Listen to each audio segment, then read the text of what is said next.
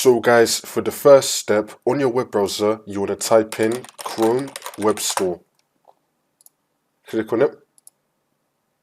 There's also going to be a link to this down below in the description. And now once you're on this, you want to search for Proton VPN. Click on it. You want to get this one right here, Proton VPN. This is a free VPN that you can use. This video is not sponsored, and you can now add it to Chrome.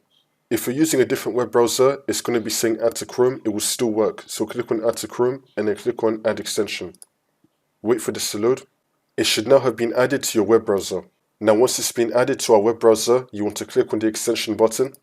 It should now be appearing right here. We can now pin it, and it should now appear here so we can easily access it. If we click on it, you're going to have to make an account. So click on create an account. It's now going to take us to here. You can go for a paid plan if you want to. It's going to give you more countries that you can switch to. But for me, I'm fine with just 1 or 2 countries, which are usually Netherlands and Japan, in my case at least. So if you're fine with that, you can then go for the free plan. So we're going to select or sign up for free. And then select continue with VPN free.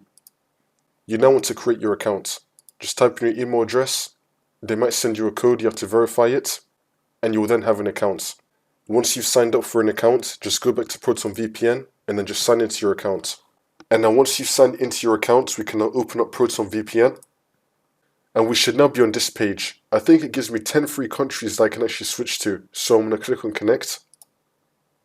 It's now connected me to the US. And if you want to change server, then you can.